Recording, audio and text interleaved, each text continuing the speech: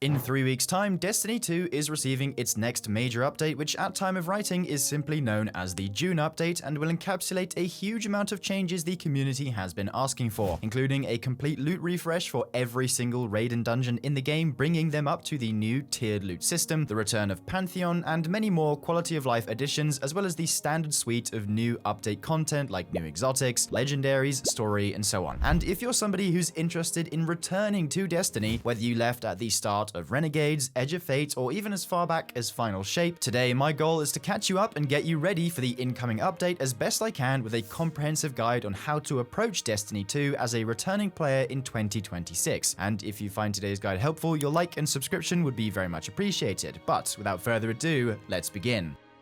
Just to get it out the way, Destiny is still Destiny, and if you've played the game for an extended amount of time before, chances are you already know how the core loop of the game works. However, in just the last year, the game has undergone some pretty major structural changes which you ought to get familiar with. The first of which is this new system that Bungie rolled out in the Edge of Fate expansion called the Portal. The Portal essentially acts as the home screen of the game, letting you choose what you want to do when first logging in. And yes, it is meant to be a soft replacement for the old Director tab from previous years, which is still there by the way, but when it comes to things like obtaining meta weapons and armor or leveling up, nothing within the Director contributes to this anymore, because only activities that are present within the Portal will actually provide real progress to your account. You can still go back and grind older activities within the Director, like old Nightfalls, Gambits, or Patrols to get the legacy gear they drop, but the Portal is the new main focus. However, like I mentioned a moment ago, in the June update we are getting loot refreshes to every old raid and dungeon, Gambit, and potentially other places within the Director too. And more generally, it seems like the Director and the Portal are going to have some sort of merger in the future. So some of the information here might become outdated, but it's likely that the Portal will remain the core way of engaging with the game regardless, though it will perhaps be a little less strict than it is now, just so you are aware. So, as I said, the Portal is the new way to do two things. Number one, level up, and two, get the latest meta weapons and armor. So let's start with both of these. The Portal is comprised of three main subsections. The top left is all the content pertaining to the current year's major expansions, which at this time is the Edge of Fate and Renegades, and selecting either of these will bring you to the main experiences both expansions offer, including their campaigns, patrol spaces, core activities, and raids or dungeons. And I should note that despite Edge of Fate being present here, because it isn't the latest expansion, which is Renegades, you cannot hit max level by playing exclusively Edge of Fate content, unless you play both of its raids exclusively, but let's be honest, you're not going to do that, and I also would absolutely not recommend it. However, Renegades does let you hit max level if you want to play exclusively it. Circling back to the main menu, the bottom row encapsulates 5 Portal Ops categories that house a collection of activities from the game's past, which you can also play to level up and get current rewards. Solo Ops are short 5 to 10 minute missions that you can play entirely solo that take place on various planets with simple objectives. Fireteam Ops are your classic strikes and battlegrounds, including favorites like Devil's Lair, Proving Grounds, or Liminality, but there's also some Empire hunts thrown in there and Savathûn Spire from Season of the Witch, so a good bit of variety. Arena Ops are 6-player match-made activities which currently only include Ketch Crash, Astral Alignment, and Nightmare Containment, but I don't doubt there will be more added in the future. Pinnacle Ops are 3-player activities which don't feature matchmaking that are meant to be slightly harder, including exotic missions like Presage or the Whisper, onslaughts and crawls like the Coil or Contest of Elders, and dungeon layers, which are a section of a dungeon cut out like the Locus of Wailing Grief boss from Warlord's Ruin. Though if you want my advice, don't do these because they're pretty bad, just wait for the actual dungeon refresh. Finally, Crucible Ops is where you earn up-to-date Crucible gear, featuring a selection of modes like Control, Competitive, or Trials of Osiris on weekends. The last section of the Portal on the top right is dedicated to the Seasonal Hub, and you can effectively think of this as your daily and weekly checklist of things you can do in Destiny 2 in a given week. The Overview tab shows daily and weekly objectives which offer XP and Bright Dust. There are also active orders, which are a new system that have effectively replaced bounties, and you're given new orders as you play that adapt to whatever loadout you're using. And the rewards consist of mostly XP and Bright Dust. And there's also a weekly reward track containing all sorts of useful currencies and extra powerful drops. The next section covers Vanguard Alerts, a selection of 6 weekly activities that offer increased rewards and exclusive exclusive gear, featuring a quick play Fireteam Ops playlist, a quick play Arena Ops playlist, Crucible, a weekly Grandmaster alert, which you can effectively think of as the new Grandmaster Nightfalls of old, as well as the most up-to-date dungeon and raid. This tab is great if you just want to hop in and see what's relevant for the week. The conquests and seasonal title are less relevant, so we won't cover them here, but just know that the seasonal hub is quite a useful place to keep coming back to as you begin to play again. To reiterate, any activity you can find in the portal can be played to earn powerful gear and level up your character, and there is no limit on how much you can grind, unlike in previous years of the game. You can literally go from base level to max in a single, albeit long session if you'd like to. And speaking of power leveling, let's cover that next. First of all, power leveling is now far more account-wide than it has ever been in older eras of the game, because now powerful drops are based off your account power, rather than that of the individual character you're playing on. So let's say you had a Titan that was 400 power and a Hunter that was 270 power, your powerful drops on both characters would drop at 403 plus, despite there being a greater than 100 power gap between the Hunter and the drops it gets, because it bases it off your account, not the character. And because your Titan is the highest power on your account, it applies this logic to your Hunter, and as a result, needing to level alternate characters separately is essentially a thing of the past. Speaking more broadly, the new power cap is 550, and you'll want to get there because the higher you climb, the better the quality or tier of loot you earn will be. Because in the Edge of Fate, Bungie reworked new loot to drop in a variety of different tiers ranging from 1 to 5, with 1 being the worst and 5 the best. So in order to get the highest level stuff, you need to level up your power, which can be done in several different ways, which requires a good bit of explaining. Luckily, I've already made a leveling guide for Renegades, which is still the current expansion. So once you're done watching this video, definitely go check that out, because having a whole video dedicated to it is better than what I might be able to briefly explain here. But to entertain that anyway, to level up in Destiny 2, you want to play mainly the Renegades campaign, because once you finish it, you'll be around the 400 to 420 mark. After that, complete as many of your Vanguard alert challenges as you can. Then once that's finished, enter into the portal and choose whatever activities you desire. In order to earn tier 5 gear, you'll want to be at least 450 power, and from there on, it just gets easier and easier. But as I said, definitely check out the leveling guide, because I go over every detail you could possibly want to know there. So now that you know how to navigate the game a little better and how to level, let's get into some fundamental system changes you should become familiar with, starting with the tier system. With the launch of the Edge of Fate, every new piece of gear will have a small diamond on it denoting the tier of the loot in question, ranging from the base tier 1 all the way up to tier 5, which, as I mentioned earlier, can only be earned through increasing your character's power, or in the case of raids, modifying the difficulty of them. This change affects both weapons and armor, and the key things to know are as follows. For weapons, a tier 5 version features things like triple perks per column, which reduces RNG when farming for your perfect god roll, every perk and mod slot enhanced, and unique cosmetic options. And for armor, it means the highest total stats available, as well as ways to increase them even further through tuning slots and access to 11 armor energy instead of 10. Legendary armor now also comes in 6 bespoke stat packages, rather than the stats being completely random. Instead, they are a lot more uniform and follow certain archetypes. For example, a piece of gunner armor will always have a primary stat in weapons and a secondary stat in grenade, meaning every tier 5 gunner piece you earn will always have 30 weapons and 25 grenade, with the third stat being a random roll. And yes, those are some of the new stats that have recently been added. Don't worry, we'll get to that in a moment. New legendary armor pieces now also come with set bonuses, granting all kinds of different effects for wearing either 2 or 4 pieces from the same set, and in some cases end up being very meta defining, but at least when starting out, you don't need to know the details. This is something to worry about later on as you begin to play and understand more. Plus, I've got plenty of guides on the channel breaking down every single set bonus to help you make decisions on which ones you'd like to farm. Links in the description box below. You might also be wondering about exotic armor and how it's treated, and right now the effective stat cap for them is equivalent to what a tier 2 armor piece would be, which is 63. However, inside of the June update, we are finally getting tier 5 exotic armor, letting it reach the maximum base stat total of 75, and more than likely some additional effects as well. Related to this new system, some of you might be asking, is weapon crafting still a thing? And while technically yes it is, since the end of episode Echoes in February of 2025, there have been no new legendary crafted weapons added to the game, and it's pretty safe to say that weapon crafting is now a thing of the past, with the tier system being its successor. So if you were a fan of crafting, the game has definitely shifted away from this approach into a more RNG focused system. But like I said, having the tier 5 bonuses does help to mitigate said RNG significantly. significantly. That said though, when the raids get their loot refresh in June, because every raid weapon is craftable, Bungie are preparing a hybrid system for these weapons only that merges features of tiered weapons and crafted ones, such as multiple perks per column and so on. Also, don't panic when you first open your vault, which has also got a nice rework featuring filters, better sorting, and so on, because a lot of your old gear is still perfectly usable, but with the addition of the tier system, over time you will want to replace most of it. Just don't feel pressured to instantly clean everything out. Another significant change that also came with the Edge of Fate was a total rework to the stat system. No longer do we have things like mobility, resilience, recovery, and so on. Instead, we have 6 new stats that in some cases are a reimagining of the previous ones, but we've also got some entirely new ones. And also, in this new system, the stat cap for all stats is 200, with investment over 100 in any given stat offering an enhanced benefit. So here's a quick overview of them all. Health governs the amount of health granted from collecting an orb of power, as well as shield regeneration rates. Melee governs the cooldown speed and damage of any melee abilities or weapons like glaives. Grenade governs the cooldown speed and damage of your grenade abilities. Super governs the cooldown time and damage of your super abilities. Class governs the cooldown time and amount of overshield provided from your class ability. And finally, weapons increases the amount of damage your weapons deal versus all targets and how much ammo you receive from ammo bricks. And as a quick word of advice, if I were to label any stats as meta or ones you should definitely build into, weapons and super are up there, meaning archetypes like Gunner and Paragon will be what you'll want to watch out for. As an example, your typical meta stat spread for, say, a raid boss encounter would look something like this: high weapons and super with some allocation to other stats, but mostly a full commitment to the heavy damage dealers. When first starting out again, all of your old armor will have had its old stats converted to the new ones, so I wouldn't worry too much about optimal build crafting until you reach higher power levels. However, if you do want to know more, I've also made an entire video breaking down the new stat system in its entirety. Some of the information regarding super damage is a little outdated, but is overall still pretty accurate, so definitely check that out if you're interested. Speaking of builds, with the addition of the new stat system, various sandbox changes, and armor set bonuses, a lot has changed within the build landscape. But don't worry, because chances are a build you enjoyed from back whenever you last played is probably still good and would just need some adjustments to bring it up to scratch in the new system. But my best advice when approaching builds when starting out again is to pick an exotic that synergizes with your subclass and perhaps a weapon too, and if it's fun for you, great, keep rocking it until you want to try something else or the content you're playing demands a stronger setup, and then feel free to change it up. I've got plenty of meta builds you can browse on the channel, but overall this is something you'll get more comfortable with over time. One thing we didn't have in the past though is the shooting range. We now have a fully kitted shooting range that lets you toggle different enemy factions, spawn all sorts of enemies, a rally banner, and a DPS and total damage scoreboard that allows you to test out damage strategies either solo or with friends. It's a really cool addition that is still having new things added to it, so if you ever want to test a build or a weapon or whatever, this is the perfect place to do so. The last item I'd like to cover is, as the chapter marker says, what's fun right now? I believe one of the most important things returning players should have is a strong reason to actually return in the first place, aka what is some of the most fun stuff you can do right now that'll motivate you to continue playing and get you hooked again. And the answer is, well, it depends. Speaking from a personal perspective, one of the things I enjoy the most about Destiny is the sheer amount of build variety on offer and playing with a brand new build every day. It's why I make build content in the first place, and I really do love messing with new setups after a heap of balance changes pass. And this is something that only gets more interesting after each and every update, and currently the sandbox, I'd argue, is in the best state it's ever been in. But for you, this might look a little different. Do you love solo dungeons? If so, you'll really enjoy running them again in June because of the loot refresh. Do you like raids? Same reason there. Do you like playing more casually and are simply after a more relaxed experience? That's fine too. Play some portal activities for a while and grind some new gear like this Arc Rocket Pulse that deals a ton of damage in PvE. Do you like Gambit? Well, rejoice, because it too is getting a loot refresh. The bottom line is that Destiny is still overall a very fun game. The moment-to-moment gameplay remains absolutely top tier and is only getting better. It's just that, understandably, a lot of people tend to drop out, especially in the last year or so, because there wasn't really anything to do. And I can assure you that the June update will certainly remedy this problem, provided you're a genuine fan of the game. There will 100% be something for everyone to enjoy and grind, even more so if it's been a good while since the last time you played. The key is to take things slow and not get too bogged down in learning every new menu and new system straight away. That is a recipe to overwhelm yourself and can potentially take some of the fun away. But if you do feel like you're at a point where you want to dive a little deeper, we've got plenty of guides on the channel for anything you might be curious about. To finish up, if you want my recommendation on where exactly to start after booting up the game again, the best thing you can do, provided you've purchased it, is the Renegades campaign, because doing so will get you close to max level and steadily reintroduce you to the core systems and reward you with some of the best weapons and gear, including the Praxic Blade, aka the lightsaber. And then after that, take things slow and try out a bunch of different things at your own leisurely pace. Finally, finding groups for activities can be slightly more challenging, especially for raids and dungeons, and thankfully Destiny 2 now has a fully in-game LFG system known as Fireteam Finder that allows you to either create or join activity listings, which is accessed here inside of the roster tab. But also, I'd highly suggest joining our community Discord server, where you can LFG for any activities you'd like, and either myself or helpful members of our community will gladly lend a hand. Link is in the description box below. So that has been my guide on how to approach Destiny 2 as a returning player in 2026. I hope you got value out of it, and I'm wishing anyone returning to the game a smooth and enjoyable re-entry. Also, definitely drop a comment down below if you have any specific questions, and I'll do my best to answer them, or leave your own advice for other players to see. Remember to like, comment, sub, and join the Discord. Thank you for watching, and I'll see you in the next one. Bye for now, dear viewer.